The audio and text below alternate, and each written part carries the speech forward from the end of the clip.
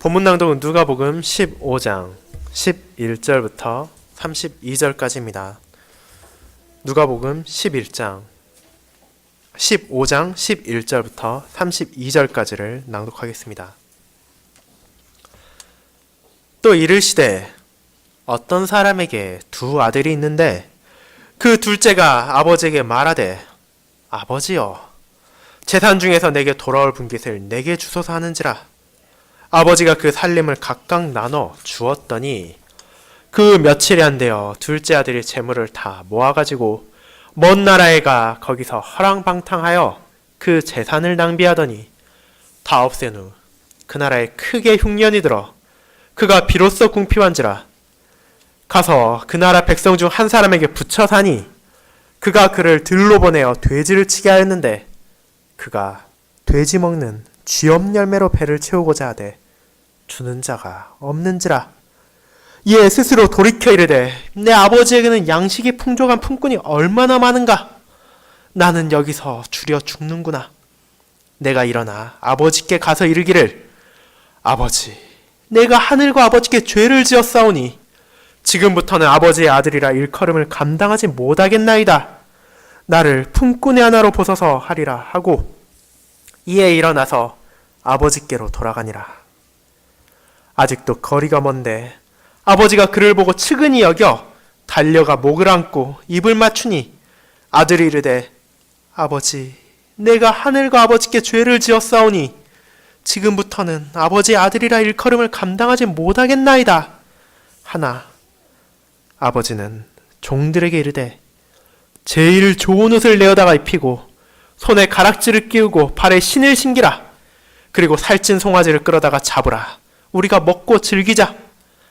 이 내 아들은 죽었다가 다시 살아났으며 내가 잃었다가 다시 얻었노라 하니 그들이 즐거워하더라. 맏아들은 밭에 있다가 돌아와 집에 가까이 왔을 때 풍악과 춤추는 소리를 듣고 한 종을 불러 이 무슨 일인가 물은데 대답하되 당신의 동생이 돌아왔음에 당신의 아버지가 건강한 그를 다시 맞아들이게 됨으로 인하여 살찐 송아지를 잡았나이다 하니 그가 노하여 들어가고자 하지 아니하거늘 아버지가 나와서 권한대 아버지께 대답하여 이르되 내가 여러 해 아버지를 섬겨 명을 어김이 없거늘 내게는 염소 새끼라도 주어 나와 내 벗으로 즐기게 하신 일이 없더니 아버지의 살림을 창녀들과 함께 삼켜버린 이 아들이 돌아오매 이를 위하여 살찐 송아지를 잡으셨나이다.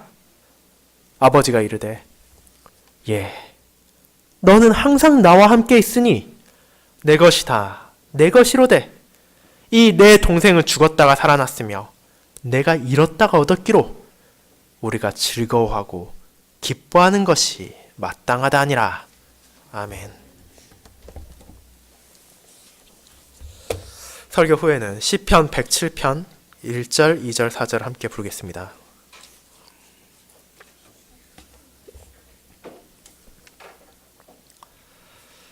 사랑하는 주 예수 그리스도 안에 있는 형제 자매님들, 우리가 이 땅에서 살아가며 가족 간의 불화가 전혀 존재하지 않는 것은 불가능한 것처럼 보입니다.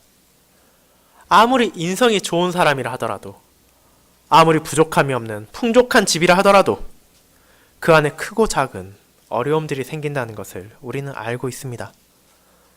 재벌가의 가족들이 부모의 유산을 두고 서로 소송을 하는 경우가 있으며 때로는 부모와 자식 간에 학업이나 진로로 인해 큰 갈등이 생기는 경우도 있다는 것을 우리는 알게 됩니다. 이와 같이 부모와 자녀, 형제 간에도 불화가 존재하며 그로 인한 어려움이 생겨나는데 친척이나 친구, 이웃과의 관계에 있어서는 어떻겠습니까? 그보다도 더한 갈등이 일어날 때가 있으며 그로 인해 화목했던 관계가 깨어지고 화해가 불가능할 정도로 상처가 남는 경우도 우리는 보게 됩니다. 그리고 이러한 갈등과 어려움은 하나님의 백성들 안에서도 생겨나곤 합니다.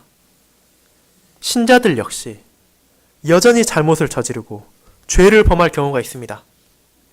심지어 돌투신경에서 고백하듯이 사소한 것만이 아니라 심각한 죄를 범할 수도 있습니다. 하지만 하나님께서는 자신의 택자들이 회개하도록 새롭게 하시기에 그분의 놀라우신 은혜를 통해 죄에 대하여 진실한 슬픔을 가지고 애통해하며 회개하여 다시 한번 하나님의 품 안으로 돌아오는 신자들이 있다는 것을 우리는 역시 바라볼 수 있습니다. 그렇지만 그렇게 돌아온 신자들을 우리는 진정으로 형제 자매라고 이전과 똑같이 받아들일 수 있습니까? 아니면 여전히 색안경을 끼고 그들을 바라보며 우월감을 느껴야 하겠습니까? 회개하고 돌아온 신자들을 향해 어떠한 자세를 보이는 것이 용서받은 죄인으로서 하나님의 자녀로 받아들여진 신자의 바른 자세라고 생각하십니까? 오늘 오전 저는 누가복음 15장 11절부터 32절을 통해 주님께서 알려주시는 어리석은 아들을 용서한 아버지의 비유에 대해 나누고자 합니다. 이를 통해 인간의 어리석음과 죄에 대하여 생각해 볼 것이며 동시에 그러한 어리석은 아들이 회개하고 돌아왔을 때 베풀어지는 아버지의 놀라운 사랑을 통해 하나님 아버지께서 우리를 어떻게 사랑하시는지를 알아갈 것입니다. 그리고 마지막으로 돌아온 동생을 사랑하지 못하고 거부한 어리석은 큰아들의 행동을 통해 당시 바리새인들과 율법교사들의 오만함이 얼마나 잘못되었으며 우리 역시도 그와 같은 악한 행동이 아니라 하나님의 자비와 사랑을 보여야 한다는 것을 배울 것입니다. 저는 이러한 내용을 자비로운 아버지와 어리석은 두 아들이라는 제목으로 설교할 것입니다. 그리고 주님께서 비유를 통해 알려주신 가르침을 세 부분으로 나눠서 선포하고자 합니다. 첫 번째, 어리석었던 둘째 아들. 두 번째, 자비로운 아버지. 세 번째, 어리석은 첫째 아들이 바로 그것입니다. 먼저 어리석었던 둘째 아들에 대해 알아보겠습니다. 형제자매 여러분, 지난 주일 하나님 아버지께서는 우리를 부르사 제자됨의 의미를 바르게 깨달을 수 있도록 알려주시는 은혜를 베푸셨습니다. 수많은 무리가 주님을 따를 때 주님께서는 그들이 자신을 따른다는 사실에 취하지 않으시고 그들에게 제자됨의 의미를 바르게 알려주심으로 진정으로 그분을 따른다는 것이 무엇을 요구한지에 대해 알려주셨습니다. 하나님의 저주가 기다리고 있는 예루살렘을 향하시는 주님의 발걸음을 진정으로 함께한다는 것은 그분을 따르는 사람들 역시 자신의 십자가를 지고 와야 한다는 것이었기 때문입니다. 그렇게 그 길을 따라가고자 하는 그 수많은 제자들과 또한 우리 역시도 가족, 친지, 심지어 자기 목숨이 아니라 오직 주님과 그분의 가르침이 가장 우선시 돼야 한다는 것을 알려주셨습니다. 이와 같이 엄격한 기준을 주님께서 알려주심을 통해 제자들에게 그분을 따른다는 것이 어떤 의미를 가진지를 알려주셨지만 동시에 이어지는 비유들을 통해 그러한 가치를 치르고 제자가 된다는 것이 우리가 치른 희생보다 훨씬 크다는 것을 알려주십니다. 건축가가 망대를 짓고 왕이 공격해온 적에게 화친을 청하는 것은 분명 대가를 필요로 하는 것입니다. 하지만 그러한 대가를 치르더라도 얻는 것이 훨씬 크다는 것을 알기에 판단을 내리고 그에 따라 실천을 하는 것이 그들이라는 것을 우리는 알고 있습니다. 그와 같이 주님의 제자가 되기 위해 살아간다는 것은 분명 큰 희생과 대가를 요구합니다. 어쩌면 그로 인해 가족 간의 불화가 일어날 수도 있으며 자신의 계획을 변경해야 될 수도 있습니다. 하지만 그러한 모든 것보다 훨씬 가치가 있는 것을 주님께서 주시기에 주님께서는 자신을 따르라고 요구하십니다.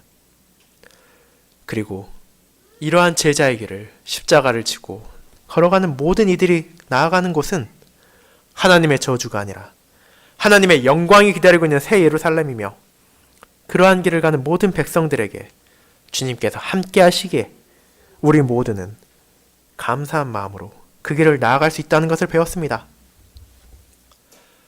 이제 이와 같은 놀라운 가르침을 듣는 사람들 중에는 세리와 죄인들도 있었습니다.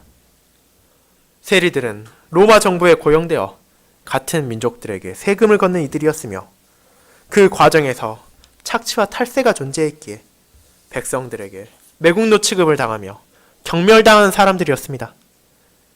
그리고 사람들이 죄인들을 어떻게 바라보는지는 더 이상 말할 필요도 없을 것입니다. 세리들과 죄인들은 당시 가장 경멸받는 이들이었으며 그들과 함께 식사하는 것조차도 수치스러운 일이었습니다. 하지만 주님께서는 그러한 자들을 거부하지 않으시고 함께 식사를 하시며 진리에 대한 가르침을 주심으로 갚을 것이 없는 그들에게 진정한 사랑을 베푸셨으며 자신의 가르침을 실천으로 보이셨습니다. 하지만 주님께서 이러한 자들과 식사를 하는 것을 바라보는 바리새인들과 서기관들은 어떠했습니까? 그들은 회개하기는커녕 더욱 대담하게 주님을 비방하며 모욕했습니다. 어떻게 저렇게 더러운 이들과 어떻게 저런 죄인들과 함께 자리를 하고 밥을 먹을 수 있느냐며 주님을 모욕했습니다. 이러한 비방과 모욕을 받으시면서도 주님께서는 그들에게 가르침을 주는 것을 멈추지 않으셨습니다. 주님께서는 먼저 잃어버린 양의 비유와 잃어버린 드라크마의 비유를 통해 죄인들이 회개하고 하나님께 돌아오는 것이 하늘에서도 하나님의 사자들 앞에 기쁨이 된다는 것을 알려주셨습니다. 그리고 앞선 두 비유를 바르게 이해할 수 있도록 더욱 선명히 보여주는 것이 오늘 함께 나눈 이 본문의 비유입니다. 주님께서는 이제 세 번째 비유를 주십니다. 이 비유는 우리에게 탕자의 비유로 흔히 알려져 있는 것입니다. 이 비유는 아버지와 두 아들 간의 관계에서 알려지는 것입니다. 먼저 이는 아버지와 작은 아들과의 대화로 시작합니다. 어느 날 한 가정의 둘째 아들이 아버지에게 다음과 같은 요구를 했습니다. 아버지, 재산 중에서 내게 돌아올 분깃, 내 몫을 미리 주십시오 라고 말입니다. 이는 당시 유대인들의 상속관념을 반영한 것이며 이는 신명기를 기반으로 하고 있습니다. 부모가 죽을 때 아들이 2명 있다면 장자는 그중 3분의 1을 그리고 둘째 아들은 3분의 1을 받을 권리가 있었습니다. 둘째 아들은 지금 그러한 요구를 아버지에게 하고 있는 것입니다. 아버지가 돌아가시고 나면 재산의 3분의 1이 나에게 상속될 것이니 그것을 미리 달라고 말입니다. 하지만 그러한 상속은 부모가 죽을 때 일어나는 것이며 아무 때나 달라고 해서 받을 수 있는 것이 아닙니다. 기원전 2세기에 기록되어 유대인들의 생활이나 사상을 알게 해주는 외경 중 하나인 집회서는 살아있는 동안 자신의 재산을 자녀에게 상속하지 말라고 가르칩니다. 그렇게 함으로 자녀가 세상에 다른 것을 의지하지 않게 하며 부모를 의지하게 하라는 것을 알려주는 것입니다. 그와 같은 생각이 당시 유대인들에게도 있었기에 이 둘째 아들의 요구는 당시 기준으로도 합당하지 않은 것이었습니다. 하지만 아버지는 그의 요구를 들어주었습니다. 그 요구를 들어주므로 그에게 주어질 분깃을 미리 준 것입니다. 둘째 아들이 이러한 요구를 한 것이 선량하거나 바른 의도로 인한 것임을 우리는 이어서 알 수 있습니다. 선량하거나 바른 의도로 인한 것이 아님을 우리는 이어서 알 수 있습니다. 재산을 물려받은 후 며칠도 안 되어 그가 행한 것은 무엇입니까? 아버지와 가족이 있는 집을 떠나 먼 나라로 가서 그곳에서 허랑방탕함으로 재산을 낭비했습니다. 결국 그가 아버지의 품을 떠나기 원한 것은 바르고 옳은 이유가 아니라 그저 부모의 품 안에서 제약을 받고 살기 싫었기 때문인 것으로 드러나는 것입니다. 아버지가 돌아가지도 않으셨는데 상속받을 위협을 미리 제 것으로 여기고 그것을 받아간 아들은 받은 분깃을 현명하게 사용하기는커녕 자신의 쾌락과 즐거움을 위해 낭비하기 시작했습니다. 이러한 삶을 살아갈 때 그 아들은 어쩌면 기뻐했을지도 모릅니다. 아무도 자신을 막지 않으며 욕망에 끌려 낭비하며 살아가는 삶을 마음껏 누리고 있었습니다. 하지만 그 재산은 무한하지 않았습니다. 이러한 낭비 속에서 둘째 아들은 받은 모든 재산을 탕진해버렸습니다. 심지어 그때 큰 흉년이 들어 먹을 것조차 구할 수 없게 되자 그제서야 자신의 상황을 깨닫게 되었습니다. 그는 궁핍하였으며 끼니를 제대로 이을 수조차 없었습니다. 그 결과 그가 먹고 살기 위해 결정한 것은 그 나라 백성 중 한 사람에게 붙어 살며 돼지들을 들로 끌고 나가 치는 것이었습니다. 자유와 즐거움을 얻기 위해 부모를 떠나서 먼 나라로 간 결과가 돼지를 치는 것으로 드러납니다. 이 얼마나 모순적입니까? 심지어 돼지를 친다는 것은 우리가 생각하는 그 이상의 수치를 담고 있습니다. 돼지는 하나님께서 부정한 동물로 정하셨기에 당시 유대인들 사이에서는 돼지를 친다는 것은 가장 천한 직업 중 하나이며 아무도 하기 싫어하고 불결한 직업이었습니다. 그러한 것을 알고 있음에도 불구하고 일을 하지 않으면 먹고 살 수 없었기에 이 어리석은 아들은 자신이 붙어 사는 집 주인의 명에 따라 이러한 부정한 동물들과 함께 들로 나가야만 했습니다. 게다가 더욱 비참한 것은 이와 같은 부정한 일을 했음에도 불구하고 그가 배불리 먹고 살 수 없었다는 것입니다. 그는 돼지가 먹는 쥐염 열매라도 먹고자 했으나 이를 주는 사람이 없었습니다. 이 식물은 일반적으로 사람들이 먹는 것이 아니라 당시 배고프고 가난한 자들이 마지막에 손을 대고 먹는 구황 작물이었으며 동물들에게 사료로 주던 식물이었습니다.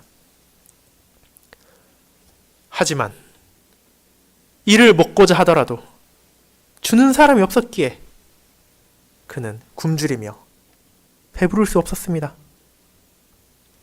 이렇게 비참한 상황이 되고 나서야 이 둘째 아들은 자신의 어리석음을 깨달았습니다. 자신이 이처럼 가난을 경험하고 굶주림을 경험하고 나서야 아버지의 가정에서 누렸던 그 모든 것이 얼마나 풍족한 것인지를 알게 된 것입니다. 심지어 자신의 아버지는 품꾼들, 필요할 때 일을 지키는 오늘날로 따지면 일용직들까지도 양식이 풍부하게 할 정도로 너그러운 사람이었는데 그 아들이 지금 타국에서 굶주리고 있는 것입니다. 이러한 비참과 굶주림 속에서 그는 다음과 같이 말할 것을 생각하므로 회개를 하게 됩니다. 내가 하늘과 아버지께 죄를 지었사오니. 유대인들은 종종 하나님 대신에 하늘이라는 단어를 사용하기도 했습니다. 즉, 지금 아들이 말하는 것은 아버지만이 아니라 하나님 앞에서도 자신이 합당하지 않은 행동을 하였으며 죄를 범했다는 것을 드디어 고백하는 것입니다. 이를 고백함으로 이제 그는 자신의 권리를 주장하지 않고 아버지의 품꾼으로라도 돌아가기를 원한다는 것을 보여줍니다. 그리고 이와 같이 자신의 죄를 인식하고 죄를 고백하고 겸손히 자신을 낮출 수 있었기에 그는 마침내 자신의 죄와 타락으로 인해 머물렀던 먼 나라를 떠나서 자신이 태어나고 자랐던 고향, 그 아버지의 집으로 향할 수 있게 되었습니다. 주님께서 이러한 둘째 아들을 통해 알려주시고자 하시는 대상은 자신들과 함께한 세리들과 죄인들이었을 것입니다.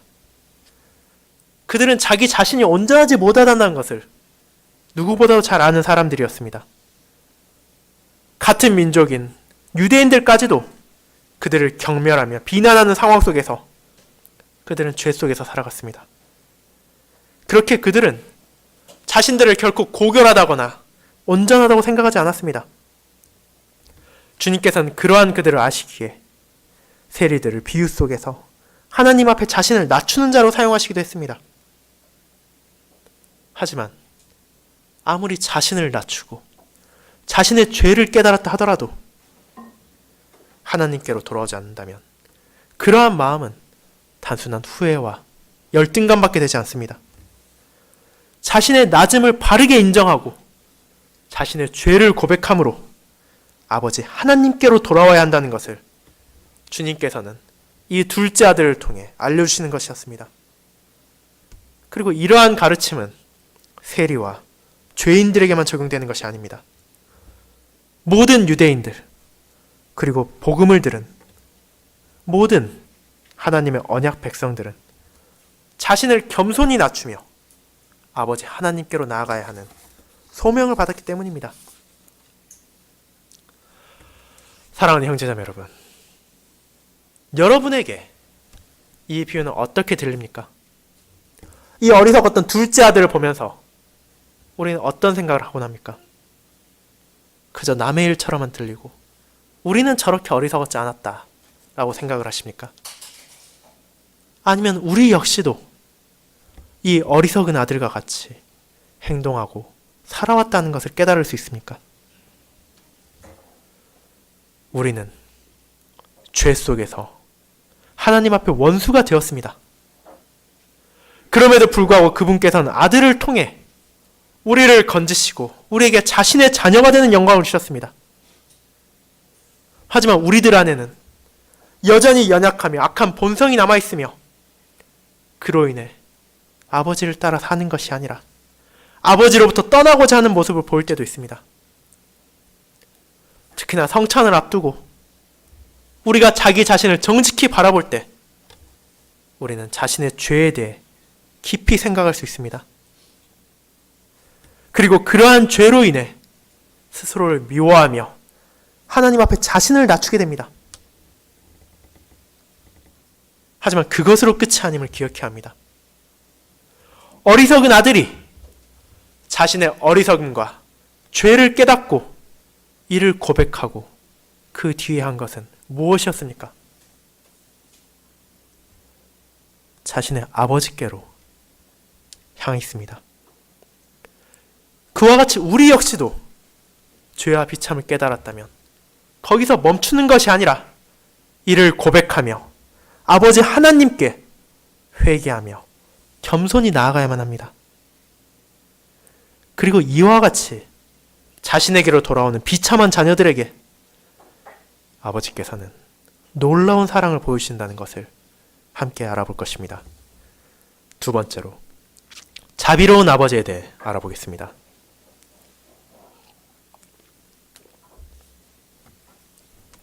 성도 여러분, 아들을 떠나보냈던 아버지는 어느 날 그 아들이 집으로 돌아오고 있다는 소식을 들었습니다. 자신의 분깃을 가지고 먼 나라로 떠나버린 그 아들이 돌아온다는 것을 들었을 때 이 아버지가 보인 반응은 무엇입니까? 어디서 건방지게 다시 돌아오냐고 분노합니까? 그렇지 않으면 그 아들의 얼굴을 보지도 않고 무시해버립니까?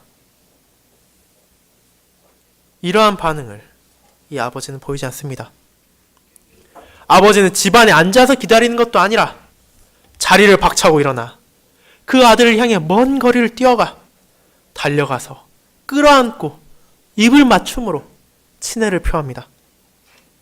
그 안에 있는 이 아버지의 마음은 무엇입니까? 바로 측은함입니다. 아들을 바라본 아버지는 그에게 동정심을 느꼈으며 그의 슬픔과 비참함을 불쌍히 여겼습니다. 비록 이 아들이 어리석은 행동을 하고 가산을 탕진했지만 그런 것을 계산하는 것이 아니라 이를 회개하고 돌아온 자기 아들에게 순수한 자비와 기쁨을 보임으로 그 아들을 환영했습니다. 하지만 아들은 이러한 아버지의 사랑을 감히 받아들일 수 없었습니다. 자신의 죄를 자각한 아들은 자신이 결심했던 대로 아버지 앞에 자기 자신이 하나님과 아버지께 죄를 지었다는 것을 고백합니다. 슬픔과 수치 속에서 자신의 잘못을 말하며 더 이상 나는 아버지의 아들로서 자격이 없다는 것을 말한 것입니다. 어떻게든 아버지 앞에서 다시 예전의 자리를 회복하고자 변명하는 것이 아니라 겸손과 솔직함으로 자신의 죄를 고백하고 자신의 현 상황을 바르게 말했습니다. 이러한 고백을 들은 아버지는 무엇을 명합니까?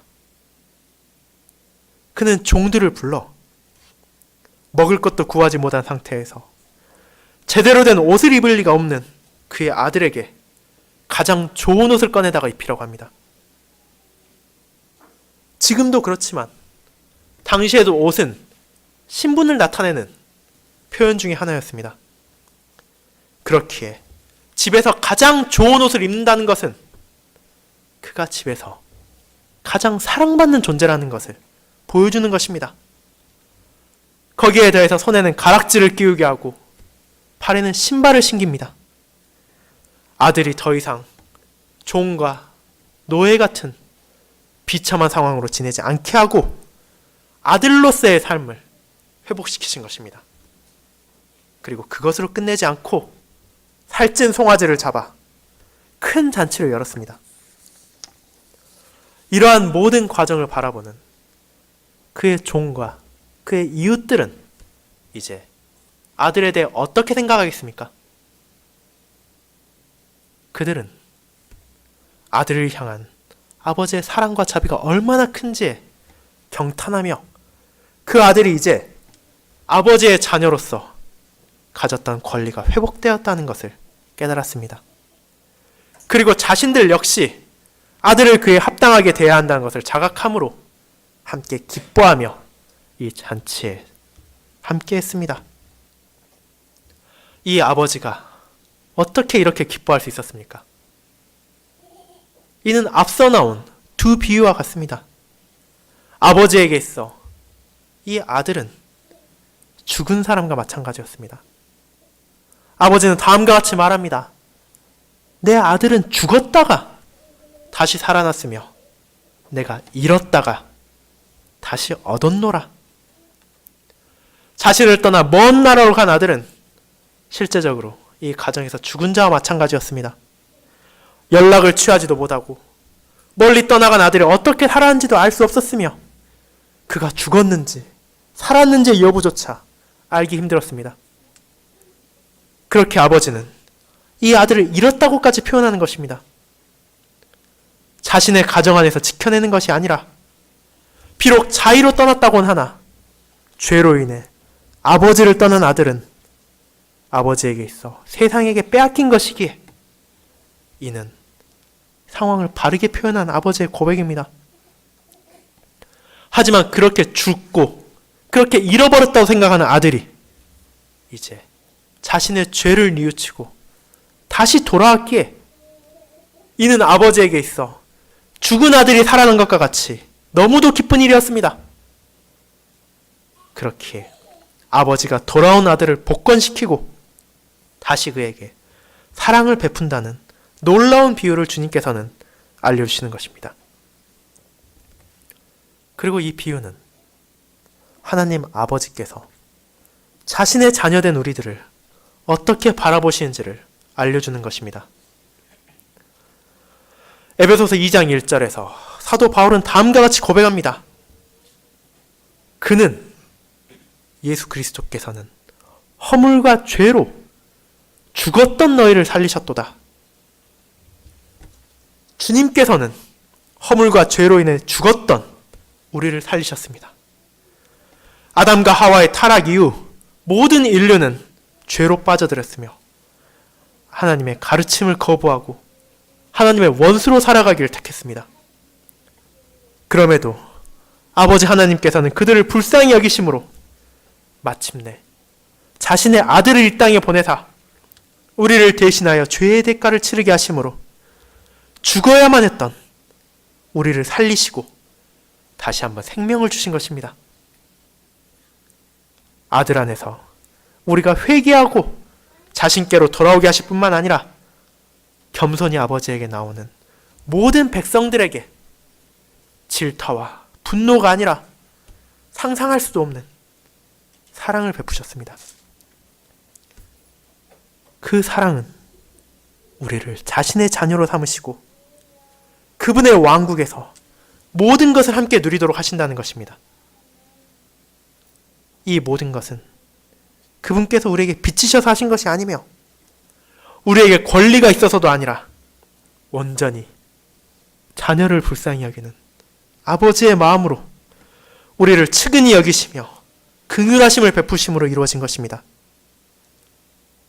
그렇기에 우리에게 주어진 수없이 많은 신자들의 특권은 순전히 아버지께서 은혜로 베풀어 주신 것입니다. 사랑하는 성도 여러분, 여러분은 이와 같이 놀라운 하나님의 은혜를 인식하고 계십니까? 우리들이 지금 누리고 있는 모든 것을 넘어 장래에 약속된 것들까지도 아버지 하나님의 은혜로만 주어졌음을 기억하고 있습니까? 우리에게 율법을 주심으로 죄와 비참을 깨닫게 하시고 복음을 통해 아버지께로 돌아오게 하시는 것, 그리고 자신의 언약 안에서 우리들에게 약속된 모든 풍성한 것들은 우리의 공로로 인한 것이 아니라 온전히 아버지의 긍휼하심과 사랑 속에서 우리에게 내려진 것입니다. 그렇기에 우리 역시 회개한 아들과 마찬가지로 우리 자신의 무가치함을 고백하며 아버지께로 나아갑니다. 우리의 능력이 아니라 오직 그리스도의 공로로만 이 모든 것을 주셨음을 깨닫습니다. 하지만 그와 같이 자신을 낮추고 죄를 고백하며 아버지께로 나오는 그 모든 자녀들에게 하나님께서는 사랑을 베푸시고 다시금 자신의 자녀로서 그분의 길 안에 거하며 그분의 왕국에서 함께할 것이라는 약속을 주신 것입니다. 이것이 우리에게 주어진 놀라운 복음입니다. 마지막으로 어리석은 첫째 아들에 대해 알아보겠습니다.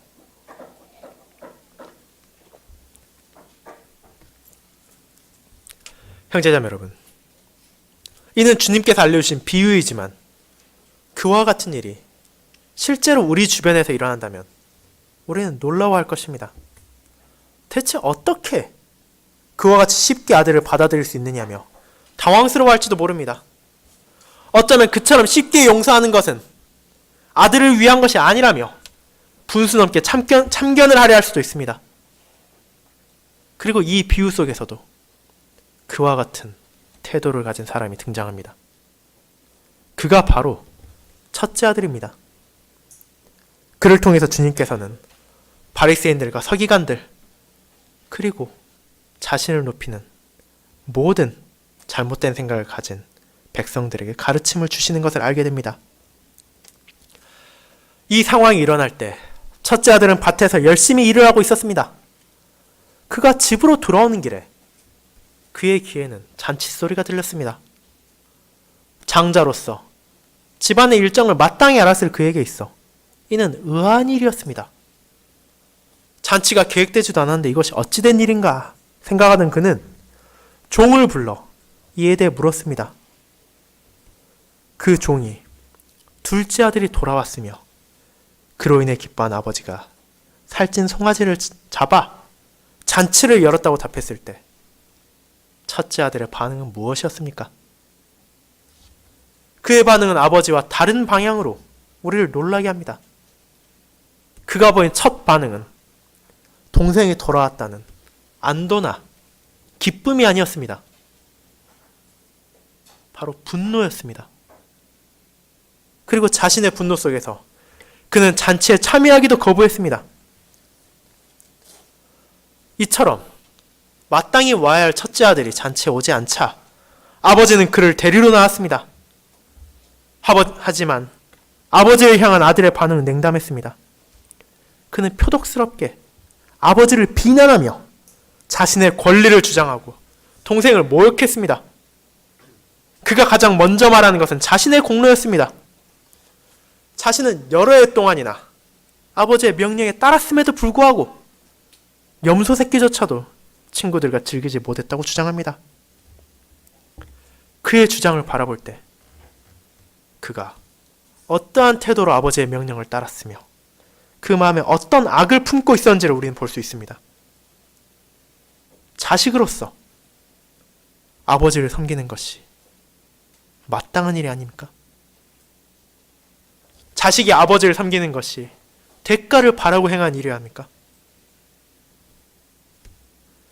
아버지의 집에서 먹고 마시는 것도 그 자체가 큰 은혜임을 모르고 이 첫째 아들은 그것들을 망각한 채 자신의 헌신을 강조함으로 자신의 마음속에 있는 탐욕을 드러냅니다. 그리고 아버지께서 돌아가시면 그 재산들이 자신에게 상속될 것임에도 불구하고 마치 자신은 아무것도 받지 못했다는 듯이 불평을 토함으로 자신이 아버지의 명령에 표면적으로는 순종했으나 그 내면 속에는 탐욕이 가득하며 불평과 불만이 있었음을 주님께서 말하심으로 당시 이를 듣고 있던 바리새인들과 서기관들의 외적인 순종이 얼마나 악한 것인지를 알려주시는 것입니다. 진정으로 마음으로 순종하지 못하고 외적으로만 순종함으로 자신을 높이고 있다는 것을 주님께서는 말하시는 것입니다. 하지만 이 아들의 아버지를 향한 비난은 여기서 멈춘 것이 아닙니다. 이어지는 말은 더 악합니다. 그가 무엇이라 말합니까? 아버지의 살림을 창녀들과 함께 삼켜버린 이 아들이 돌아오매 이를 위하여 살찐 송아지를 잡으셨나이다. 이것이 몇 년 만에 돌아온 동생을 묘사할 적합한 표현이라고 생각하십니까? 가장 먼저 볼 것은 이 아들이란 표현입니다. 이 아들이라는 번역은 주님께서 말하신 표현을 많이 유화시킨 것입니다. 실제 원문에서 주님께서는 다음과 같이 큰 아들이 말했다고 하십니다. 그 동생을 가리키며 당신의 아들이라고 말입니다. 이 말이 무엇을 의미합니까? 이는 마치 동생이 자신의 혈육도 아닌 것처럼 선을 그으며 내 동생이 아니라 이 사람은 당신의 아들이라고 비난하는 것입니다. 이처럼 자신과 동생을 구분하며 동생이 어떻게 지내는지 알지도 못하면서도 창녀들과 함께 아버지의 재산을 삼켰다며 경멸하며 중상하기까지 합니다. 이러한 자세를 보이기에 그는 이런 아들이 돌아왔는데 어떻게 벌하지는 못할 망정 송아지를 잡아 잔치를 벌일 수 있냐며 아버지의 판단을 모욕하기까지 하는 것입니다. 이것이 바로 바리새인들과 서기관들이 죄인들과 세리와 함께하는 주님을 바라보았을 때 보인 태도이며 말이었습니다. 그들은 주님께서 세인들과 죄인들과 세리와 죄인들과 함께할 때 이 사람이 죄인을 영접하고 음식을 같이 먹는다 하였습니다. 첫째 아들이 둘째 아들을 받아들인 아버지의 판단을 비난한 것처럼 주님께서 죄인들과 함께했다는 것을 비난하며 자신들은 그런 자들과 다르다며 이를 구분한 것입니다. 하지만 자비로운 아버지는 첫째 아들에게도 자신의 사랑을 깨닫도록 타이르십니다. 아버지가 가진 모든 소유는 첫째 아들에게 주어질 것입니다. 그렇게 장자가 손해본 것은 아무것도 없습니다. 오히려 죽었다고 생각했던 자신의 동생이 살아서 돌아왔으니 기뻐하는 것은 마땅한 것이며 그 둘째 아들이 자신의 아들이지만 동시에 너의 동생이라고 아버지는 알려주는 것입니다. 그렇기에 자신의 동생이 돌아왔을 때 형으로서 마땅히 보여야 할 태도는 아버지와 함께 고생을 하며 죄를 회개하고 돌아온 그 동생을 측은히 여기며 기쁘게 환대하는 것이었습니다. 그리고 그 후에 그가 잘못한 일이 있다면 타이르고 권면함으로 바른 길로 인도하는 것이 가족으로서의 마땅한 행동이지 않겠습니까? 하지만 어리석은 첫째 아들은 그러한 것들은 잊어버리고 자신의 욕망만을 생각했기에 아버지는 그를 타이르고 함께 기뻐하며 함께 즐거워하자고 권한 것입니다. 우리의 주님께서는 이러한 비유를 통해 그 자리에 있던 바리새인들과 서기관들을 책망하셨습니다. 그들이 자신들의 의로움을 높이며 죄인들과 세리들과 구분하고 그들을 경멸하는 것이 바르지 않다는 것을 알려주신 것입니다. 오히려 그들이 하나님의 말씀으로 그들을 가르치고 그들을 회개하게 함으로 이러한 자들이 죄를 벗어나 아버지께로 돌아오게 해야 하는 것이 그들의 소명임에도 불구하고 유대인 지도자들은 그들을 비웃고 경멸하며 가까이 하지 않으므로 자신들의 의로움을 뽐내고자 했습니다. 그러한 자들을 책망하신 주님께서는 기꺼이 세리들과 죄인들과 함께 자리를 하시고 식사를 하셨습니다. 그들의 죄와 악에는 결코 함께하지 않으셨으나 그들에게 복음을 전하심으로 회개한 둘째 아들과 마찬가지로 그들이 하나님께로 돌아오기를 권하시고 그러한 회개로의 부름에 응답한 자들에게는 오직 사랑으로 대하셨습니다. 마침내 자신의 생명까지도 그와 같은 이들을 위해 내어주심으로 주님께서는 하나님의 독생자로서 아버지를 버리고 죄와 악의 노예가 되었던 백성들을 자유케 하시고 그들을 하나님의 자녀가 되도록 입양하셨습니다. 이러한 과정에서 자신을 비우시고 낮추신 주님의 사랑과 함께 그 아들을 통해 베풀어 주신 아버지 하나님의 긍휼하심을 우리는 보게 됩니다. 사랑하는 형제자매 여러분, 이러한 비유를 통해 우리가 배우는 것은 무엇입니까? 주님께서 우리에게 알려주시는 것은 우리가 저런 교만한 첫째 아들과 다르다는 생각을 하게 하려는 것이 아닙니다. 슬프게도 저와 여러분 역시 내면에는 그러한 교만함과 자기 주장을 가지고 있습니다.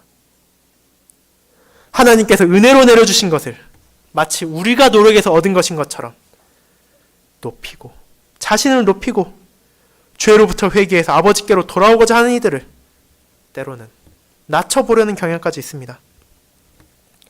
하지만 그러한 모든 것들을 주님께서는 원하지 않으신다는 것을 알려주십니다. 이 비유를 통해 주님께서 알려주시는 것은 놀라우신 주님의 사랑만이 아니라 그러한 사랑이 다른 이들에게 베풀어 줄 때 모든 신자들이 기쁨과 즐거움으로 함께해야 한다는 것입니다. 자신들의 죄로 인해 하나님에게서 멀어졌던 이들이 회개하고 돌아오는 것은 우리에게 하나님의 돌보심과 인도하심을 보여주는 것이기에 더욱더 큰 기쁨과 즐거움이 되는 것이지 어떠한 손해도 되는 것이 아니기 때문입니다. 그렇게 우리는 하나님의 복음을 전파하며 그 복음을 듣고자 회개하며 교회로 찾아온 이들을 함께 기뻐해야 합니다. 우리의 교만과 오만함이 아니라 아버지의 사랑과 자비를 그들에게 증거해야 하는 것이기 때문입니다. 특별히 성찬을 함주했던 이 시점에서 아버지 하나님께서는 온전하고 순결한 자들을 자신의 식탁에 부르심이 아니라 죄와 비참을 고백하고 진심으로 자신을 미워하며 낮추며 주님의 은혜를 바라봄으로 감사의 삶을 살고자 열망하는 이들을 부르시고 계십니다. 이와 같은 자세로 자신을 낮추며 아버지께 나오는 모든 이들에게 하나님께서는 성찬을 통해 그들의 믿음을 더욱 강인하게 하시며 하나님의 왕국에서 함께 나눌 잔치를 미리 맛보게 하십니다. 그러한 은혜를 받은 우리들은 마땅히 참된 믿음 안에서 자신의 죄를 미워하며 성찬에 나오는 형제 자매들을 격려하며 그들과 함께 기뻐해야 할 것입니다. 이와 같이 아버지의 놀라우신 자비로움을 기억하시며 한 주간 성찬을 준비하시길 바랍니다. 어리석었던 우리의 죄와 비참을 회개함으로 아버지께로 돌아오시며 더 이상 강팍함으로 어리석음을 보이지 않고 자비로우신 아버지의 품 안에서 그분의 잔치 함께하기를 기대합시다. 성령 하나님께서 우리 모두의 마음에 함께 하시며 성찬을 준비하고자 나아가고자 하는 우리 모두에게 지혜를 주시며 우리의 영과 마음을 새롭게 하심으로 성찬의 기쁨을 기쁨으로 함께 나누도록 인도하실 것입니다. 아멘.